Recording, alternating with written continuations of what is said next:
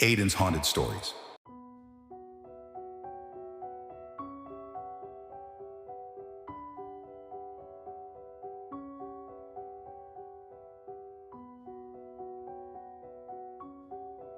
Noong panahon ng mga Kastila, itinatag ang Manila Sanitarium bilang isang ospital para sa mga may sakit na nakakahawa. Subalit, sa kabila ng layunin nitong makatulong, naging pook ng takot at lagim ang nasabing lugar. Nang matapos ang umaga, ay nagsimula na ding dumilim. Si Marco, isang bagong nurse, ay bagong salta sa Manila Sanitarium. Maraming kwento ang kanyang narinig tungkol sa ospital, ngunit hindi siya naniniwala sa mga ito. Para sa kanya, mga kwento lang ito ng matatanda upang takutin ang mga bata. Ngunit, ang lahat ng iyon ay nagbago nang magsimula siyang mag-duty sa night shift. Unang gabi pa lang ni Marco sa night shift nang makaramdam siya ng kakaibang lamig. Habang nagro-ronda siya sa pasilyo, napansin niya ang isang silid na tila laging nakalak. Hindi niya ito pinansin noong una, subalit nang mapadaan siya muli, narinig niya ang tila pag-iyak ng isang babae. Hello? May tao ba dyan? Tanong ni Marco habang kumakatok sa pinto. Walang sumagot. Sa kanyang pagtataka, binalak niyang buksan ang pinto subalit natuklasan niyang ito'y selyado. Habang tumatagal ang gabi, mas dumadami ang kakaibang pangyayari. Isang pasyente na natutulog sa kanyang kama ang bigla na lamang nagsisisigaw at tinuturo ang isang sulok ng kanyang silid. Tulungan mo ako! Nandyan siya! Nandyan ang puting babae! Agad na pumunta si Marco sa silid ng pasyente at nakita niyang wala namang tao roon. Pinakalma niya ang pasyente at pinaumanhinan ang ibang nurse na naka-duty. Ngunit nang siya'y aalis na, isang malamig na hangin ang bumalot sa kanya at tila may bumulong sa kanyang tenga. Umalis ka na habang maaga pa. Nag-imbestiga si Marco tungkol sa kwento ng puting babae. Ayon sa mga lumang record ng ospital, may isang nurse na nagngangalang Lucia na nagpakamatay dahil sa labis na depresyon. Mula noon, naging bahagi na rin siya ng mga nakakatakot na kwento ng ospital. Sinubukan ni Marco na hanapin ang mga lumang silid kung saan maaaring nanatili si Lucia at natuklasan niyang ang silid na laging nakalock ay dating kwarto ng nasabing nurse. Dito niya nadama ang pinakamalaking takot na kanyang naranasan, hindi lamang dahil sa mga istorya, kundi sa mga nakikitang hindi maipaliwanag na mga bagay. Isang gabi habang tahimik ang buong ospital, nagpasya si Marco na pumasok sa silid ni Lucia. Sa kanyang pagpasok, naramdaman niya ang bigat ng takot. Isang malamig na hangin ang bumalot sa kanya at narinig niya ang mahihinang hikbi. Bakit ka nandito? Tinig ng isang babae ang kanyang narinig mula sa madilim na silid. Lucia? Tanong ni Marco habang nilingon ang paligid. Hindi mo ako maililigtas. Umalis ka na bago pa huli ang lahat. Sagot ng tinig, ngunit hindi umalis si Marco. Gusto niyang malaman ang katotohanan at makatulong kung kinakailangan. Sa kanyang pagpupumilit, nalaman niya na ang kaluluwa ni Lucia ay hindi matahimik dahil sa hindi pa natutugunan ang kanyang huling habilin.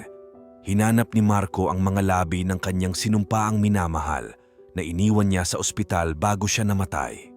Matapos ang ilang buwang pagsisiyasat, natagpuan ni Marco ang mga labi ng minamahal ni Lucia sa isang lumang silid sa ilalim ng ospital. Dinala niya ang mga ito sa puntod ni Lucia at binigyan ng maayos na libing. Sa wakas, nakaramdam ng kaluwagan si Marco. Wala nang pag-iyak na naririnig sa silid ni Lucia at tila naging mas payapa na ang buong ospital. Subalit sa huling gabing iyon, muli niyang narinig ang boses ni Lucia, ngunit ngayon ay puno na ito ng pasasalamat. Salamat, Marco. Sa wakas, makakapahinga na ako. Matapos mailibing ng maayos ang mga labi ng minamahal ni Lucia, inaakala ni Marco na tapos na ang kanyang karanasan sa mga kababalaghan ng ospital. Ngunit hindi pa pala dito nagtatapos ang lahat.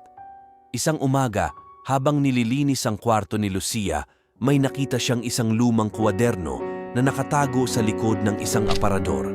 Dito, mas maraming lihim ang nabunyag. Binasa ni Marco ang mga unang pahina ng kwaderno at dito niya nalaman ang mas malalim na dahilan ng pagkamatay ni Lucia. Hindi lang basta depresyon ang naramdaman niya. Tila may mga pangyayaring hindi niya masikmura na naganap sa ospital. July 20, 1902. Dear Diary, nakita ko na naman siya kagabi. Ang batang babae na palaging umiiyak. Hindi ko alam kung bakit, pero ramdam ko ang kanyang pighati. Hindi ko alam kung paano siya tutulungan. Sa mga sumunod na pahina, naging malinaw kay Marco na ang batang babae na binabanggit ni Lucia ay isa ring kaluluwang hindi matahimik. Nagpasya siyang hanapin ang batang babae upang malaman ang kanyang kwento. Habang patuloy na iniimbestigahan ni Marco ang ospital, nalaman niya mula sa mga matatandang nurse na minsan nang may isang batang babae na nawala sa ospital noong panahon ng mga Kastila. Sinabi ng ilan na iniwan lang siya ng kanyang mga magulang dahil sa kanyang sakit. Ang iba naman ay nagsasabing pinatay siya ng isang doktor na nawala na rin. Kuya Tony, may narinig ka bang kwento tungkol sa batang babaeng nawala dito dati? Tanong ni Marco isang gabi habang nagkakape sila sa nurse station. Oo, Marco. Minsan ko nang narinig ang kwento na yon. Si Maria, isang batang nagtataglay ng kakaibang sakit. May narinig akong sinubukan siyang gamutin ng mga doktor dito, pero bigla na lang siyang nawala. Hanggang ngayon, walang nakakaalam kung ano ang tunay na nangyari sa kanya. Habang binabalikan ni Marco ang mga lumang record ng ospital, natagpuan niya ang pangalan ni Maria at ang kanyang huling pagpasok sa ospital. Nagpasya siyang bisitahin ang lumang silid kung saan huling nakita si Maria. Sa pagpasok ni Marco sa lumang silid, biglang bumigat ang kanyang pakiramdam. Lumang mga kama, sirang kagamitan at mga nakakalat na mga papel. Sa isang sulok, nakita niya ang isang luma at kinakalawang na operating table. Dito, tila naramdaman niya ang presensya ni Maria. Biglang lumiwanag ang ilaw sa silid at nakita niya ang isang maliit na batang babae na nakatayo sa tabi ng operating table. Siya ay umiiyak at tila nagmamakaawa. Kuya, tulungan mo ako! Umiiyak na sabi ni Maria. Ano ang nangyari sa'yo, Maria? Paano kita matutulungan? Tanong ni Marco habang nilalapit ang kanyang kamay sa bata. Nandito lang ako. Hindi ako makaalis. Pinatay nila ako. Kailangan ko ng katarungan. Sagot ni Maria bago siya biglang naglaho. Sa kanyang pag-iimbestiga, nalaman ni Marco na si Maria ay ginamitan ng eksperimento ng mga doktor noong unang panahon. Isang eksperimento na nagdulot ng kanyang kamatayan. Isang doktor ang responsable sa lahat ng ito at tila hindi pa nakakaalis ang kanyang kaluluwa sa ospital. Habang patuloy ang pagsisiyasat ni Marco, mas lumalalim ang kanyang pag-unawa sa mga nangyari sa ospital. Nakita niya sa mga lumang tala ang pangalan ng doktor na responsable sa pagkamatay ni Maria. Si Dr. Fernando, isang tanyag ngunit kontrobersyal na doktor noong kanyang panahon. Isang gabi, bumalik si Marco sa operating room kung saan huling nakita si Maria. Doon, muli niyang naramdaman ang malamig na hangin at tila narinig niya ang mga boses ng mga tao. Sa kanyang harapan, biglang nagpakita si Dr. Fernando. Marco, alam kong nalaman mo na ang katotohanan. Hindi mo na ito dapat pang pakialaman. Sabi ni Dr. Fernando habang papalapit kay Marco. Hindi kita uurungan, Dr. Fernando. Kailangan malaman ng lahat ang ginawa mo kay Maria. Kailangan niyang makamit ang hustisya.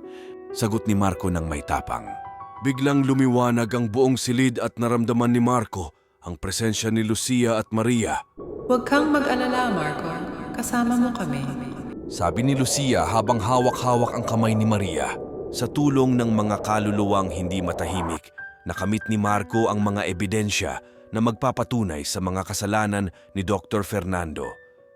Sa wakas na isapubliko ang katotohanan at nabigyan ng katarungan ang mga biktima. Ang Manila Sanitarium na puno ng kababalaghan at takot ay unti-unting naging payapa. Ang mga kaluluwang ligaw ay nakahanap ng kanilang kapahingahan. Salamat, Marco. Sa wakas, makakapahinga na kami.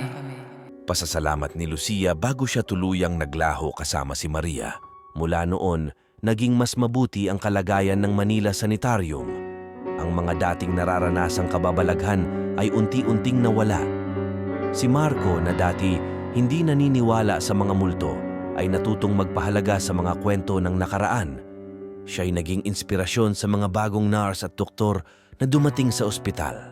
Minsan, kailangan nating harapin ang ating mga takot upang makita ang katotohanan. Ang kwento ni Marco sa Manila Sanitarium ay hindi lamang kwento ng kababalaghan, kundi kwento rin ng pag-asa at katarungan.